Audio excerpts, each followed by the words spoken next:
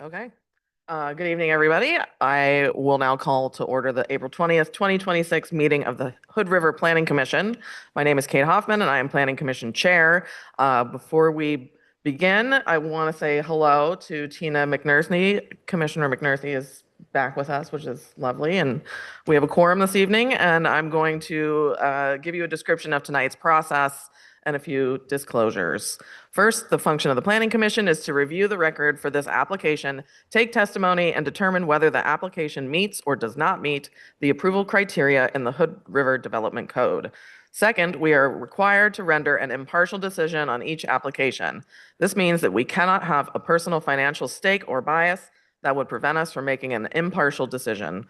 Before we begin this evening, I will call for the disclosure of bias, ex parte contact, and conflict of interest from each commissioner.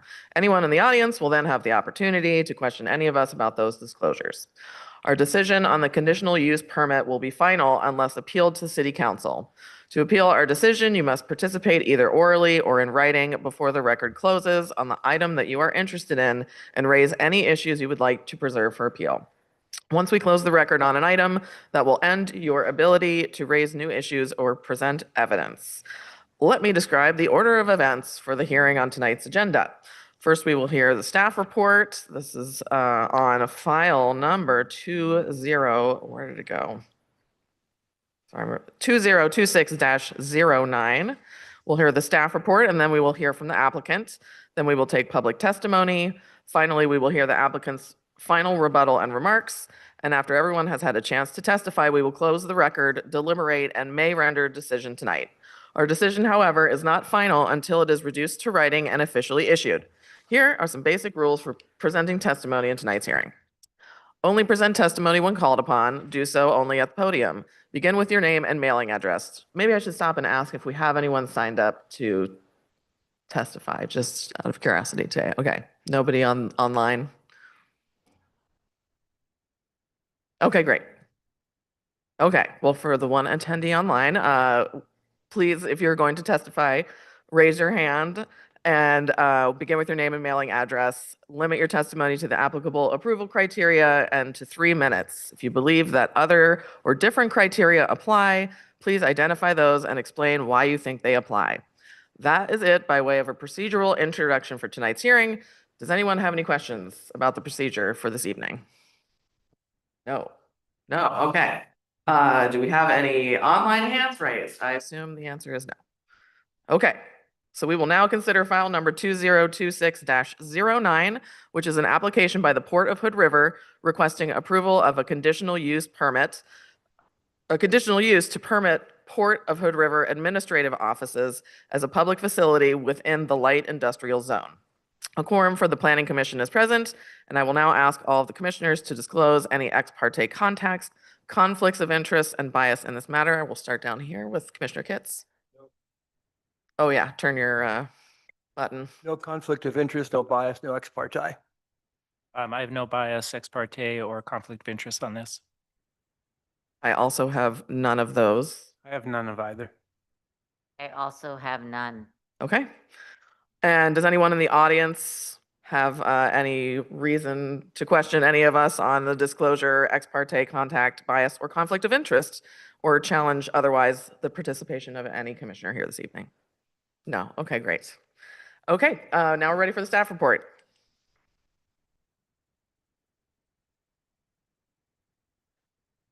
The application before you tonight is file number 2026-09, a conditional use request to permit Port of Hood River administrative offices as a public facility within the light industrial zone in an existing building at 200 North Wasco Court.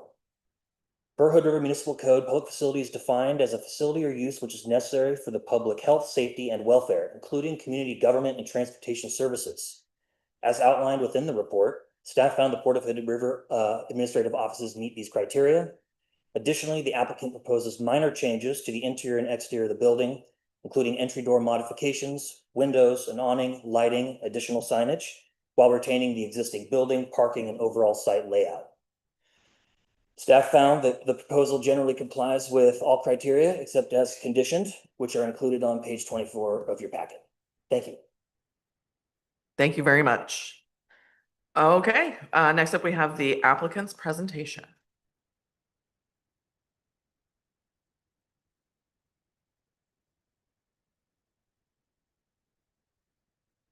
Good evening. My name is Eric Hoffman. I am with Sun Design Studio Plus Architecture, the firm that is handling this project with the Port of Hood River. I don't have a presentation per se, other than I can describe a little bit about what we're doing and trying to do for the port at this location. Since the port, Amanda's our port representative today, has to move from the current location due to the bridge, the proposed new bridge, the hopeful new bridge across the Columbia River.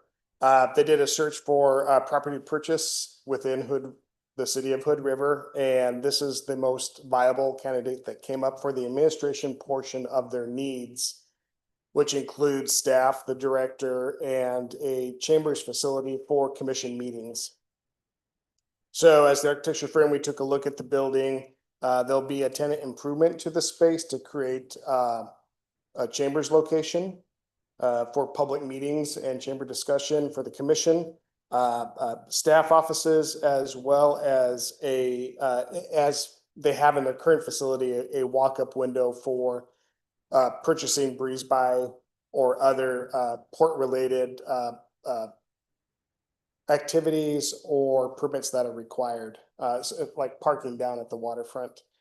To that end, the exterior of the building will be receiving a little bit of change at the chamber location. There's a garage door currently, a roll-up door, will be swapped out for glass, as well as a new awning at the front of the building to help show wayfinding for people visiting the port offices, in terms of door, awning for weather protection, and then lighting to help wayfind to the front of the building.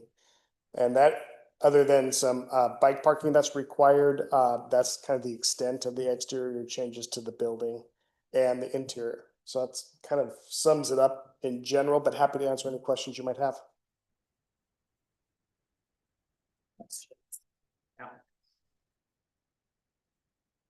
I think the only one that I had probably for you is, or for the port in general, is just this topic about the breeze by potential increased volume in traffic and parking requirements. Is that the only mention that I saw of it, or the first mention I saw of it in the application, or actually wasn't in the application, it was in the city's engineering documentation. So I'm just kind of curious about a little bit more context on that. And it looks like we're proposing a condition that before the building permit is issued, that topic is sorted out and it's determined if there's going to be increased traffic or parking requirements. So maybe just a little more context on why the ambiguity and where's the answer, and are we sure that the answer is going to exist before the building permit needs to be applied for? I'm happy to give my interpretation of what you wrote, but you may also have some comments as well. We're happy to fill in too. So go ahead, take a shot. Okay.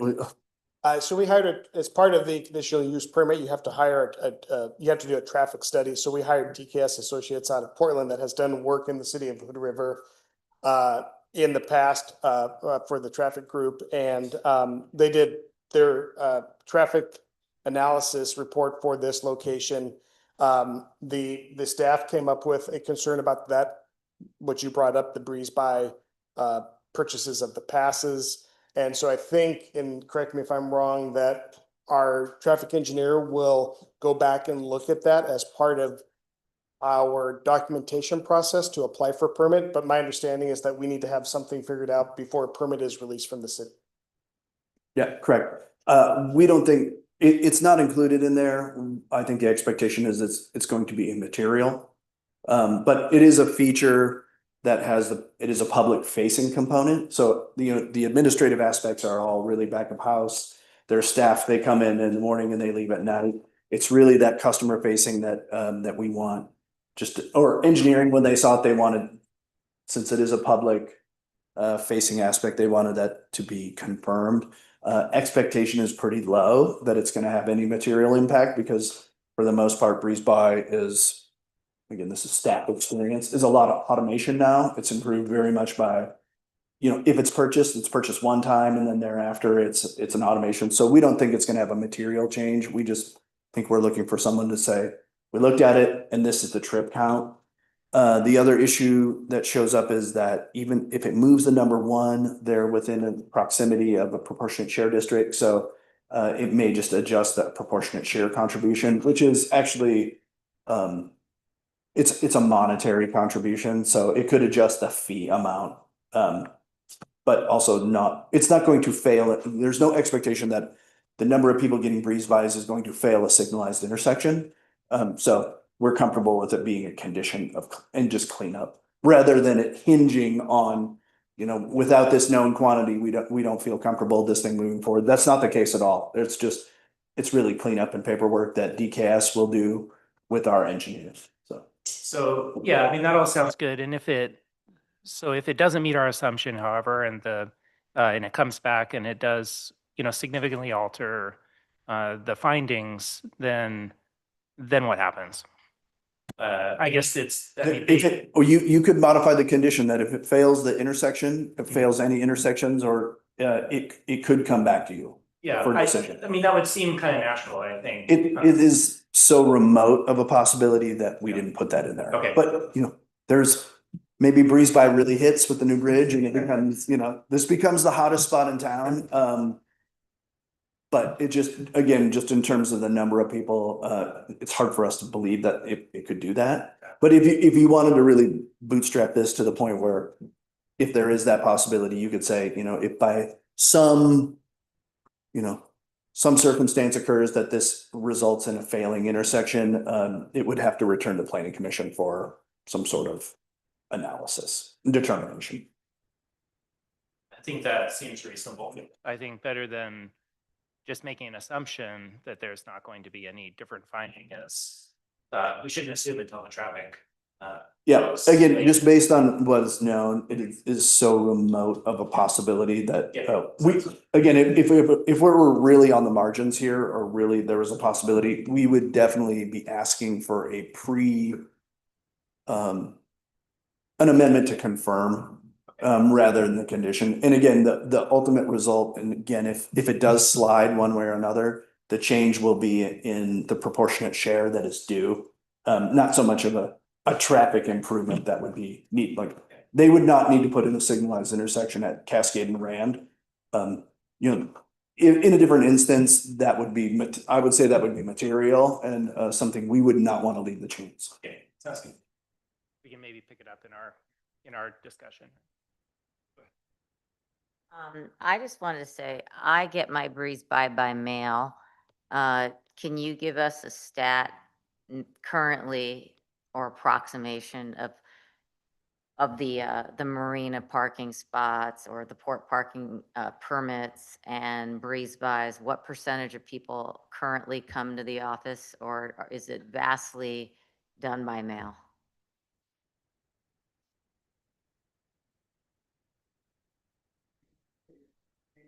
Sure.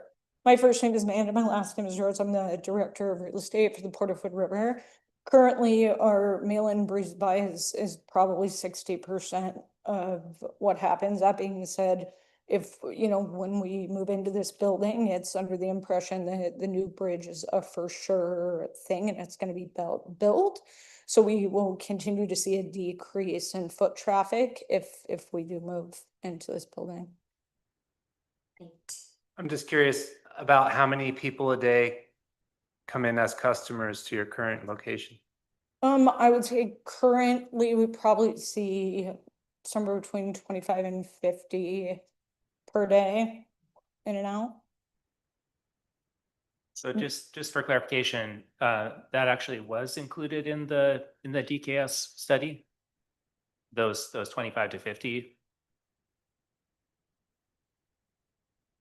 Sorry, I didn't read the details well enough. I would have to go back and look. I don't Okay. recall off the top of my head. Okay, I guess I'm curious then, why is the topic coming up of needing to go back and to DKS and include these breeze by customers if we already knew that they existed? I would say my guess is an estimate. Obviously, I don't have eyes on the facility 24/7. I say just keeping an eye on people coming in and out from like where I sit. Most of the people come in, it's a one-time application and to pick up their thing, not to consistently pay. I would say people that come in just to pay one time or maybe 1 to 5 a day.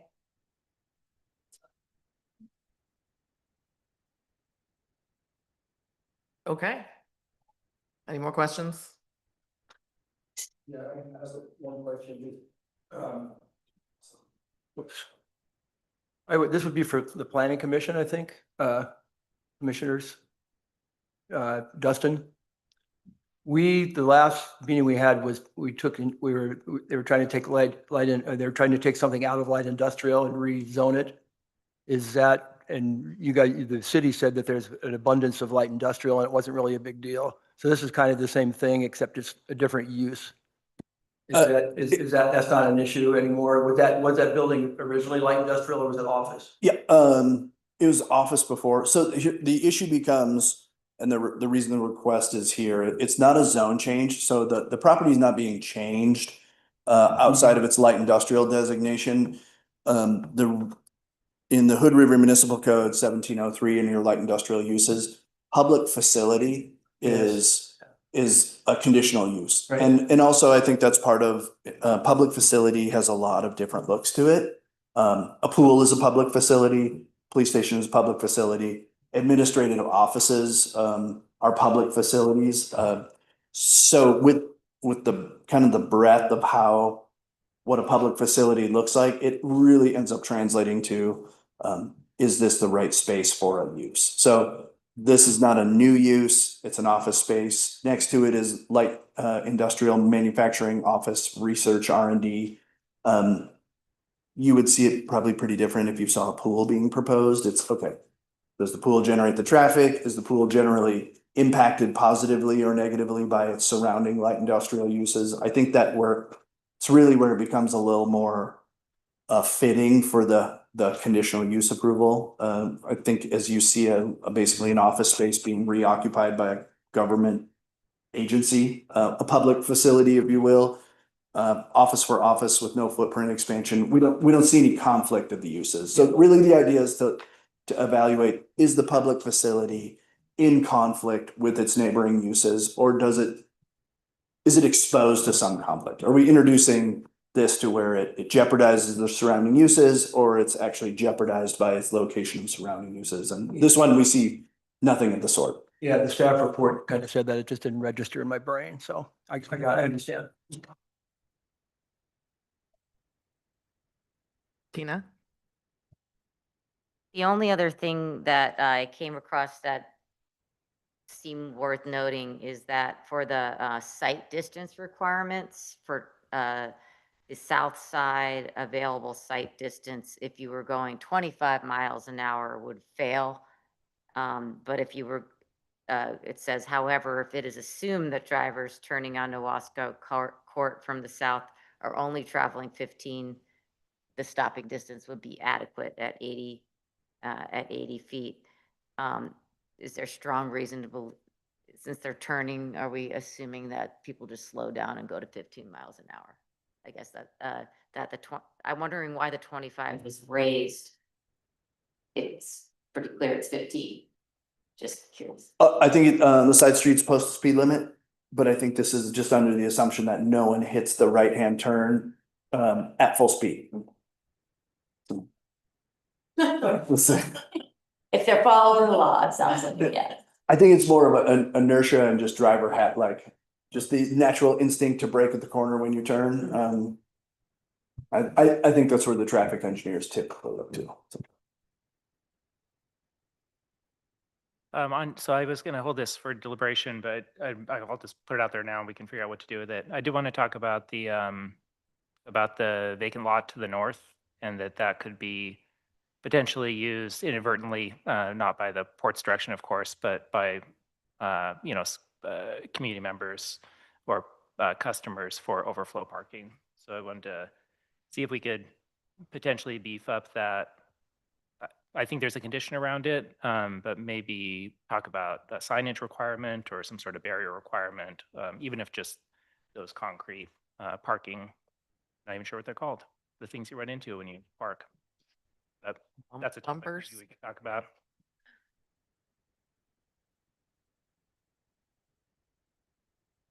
Is the lot paved or what's the status of it? It's just unpaved. I don't recall It this. looks like I think it was mentioned as gravel.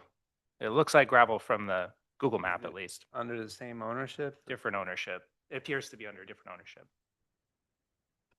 But it just looks like a natural, I mean, I would park over there if the spots near the building were occupied. Go ahead. It's our understanding that CAT purchased that lot. It's currently housing CAT buses. So parking in that spot's not necessarily an option at the moment. If CAT decides to move the buses, I could see where constituents may decide to pull into a gravel lot for easy kind of access.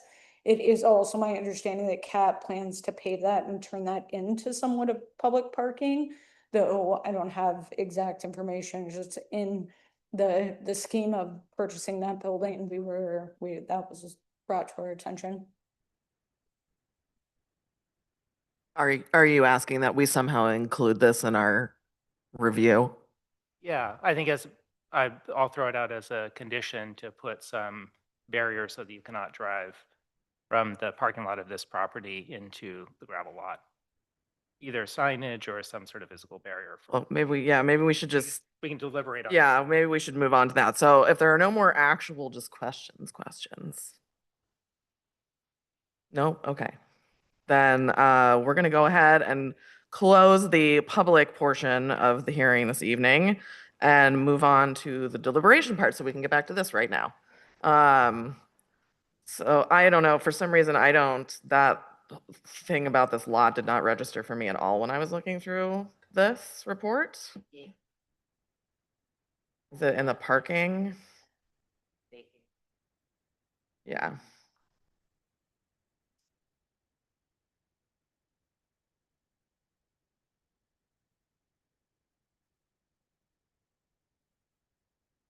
There's no condition. There's no condition that you mentioned. No, we just, we left it for your information. That lot to the north is under separate ownership. You know, for the purposes of modern parking and modern code compliance, it would be required to be paved. So we consider it vacant. If you feel it's necessary to ensure, it does have a cross access easement to it. So there's good reason to be mindful about how it's used and how it may not just all of a sudden automatically become a gravel parking lot. And requiring some sort of separation is definitely useful to delineate properties and expectations. Also, if you wanted to say, you know, anything over 4 spaces right now, if they were going to develop or grade over 4 parking spaces, that actually does trigger site plan approval. So there's a placeholder between expanding, and that's been in the code for forever, that if they want to go over their 800 plus minus square feet, which my rough estimate of 9 by 18 with a little lane, you could put that in and to say, you know, if you were going to utilize 4 or more parking spaces per the code, you will have to get a site plan approval or an expansion of this CUP. Also, again, it's owned by somebody else. So there's a limit on what they can agree to on someone else's property. This would really just kind of be a little bit of buttress and expectation and forecast. So. Yeah, I wasn't suggesting we put any condition relating to the use of that other lot. Okay. At all. It could be certainly used for parking. Yeah, I think just it'll be a natural place for people to flow over and park, especially if I think there was a mention of, you know, public meetings that will probably generate quite a bit of traffic potentially. And those folks could park on the street and walk, but they will probably more naturally park closer to the building. Cool. I was mostly just curious what your concern was about the lot. That answers my question. Any other specific deliberation about this application? I just have the detail. I think I might have, yeah, I emailed you, Jacob. Just the site address is different in a few places, but maybe we could, I don't know if that needs to be cleaned up or just mentioned, but. I think just the applicant used a different address because there's been multiple addresses within that building. But Okay. within their application and our staff report and all the engineering comments, the tax lot matches Yeah. and the one address matches, just, I think it was different tenant spaces that confused that a little bit, but Yeah, I We're- think we're our good city with that. engineer used the wrong address too. That's all right. But just for, history, it's easier, makes it smoother for tracking down. we can make a note of it. Yeah. Okay, Tax lot becomes key there. Yeah. Better split the things. Street addresses and it becomes, I understand. Then the only other thing, there's a typo on page 5. I just think it should say as conditioned instead of the conditioned detail on page 5. Thank you. Okay, anything else? Well, I think Commissioner Pope was concerned about liability with that overflow parking more than anything. And I've driven the site and pulled in and thought there was plenty of parking, except for the mention of a public meeting where it might be overflow. And I didn't check to see, I didn't think to see, but I believe there is parking on Wasco, probably on both sides of Wasco. I'm not sure, but I believe there is. I'm not sure there's any restrictions on that or not. But there's another dozen parking spots out there if necessary, so. I'm not that concerned with the parking.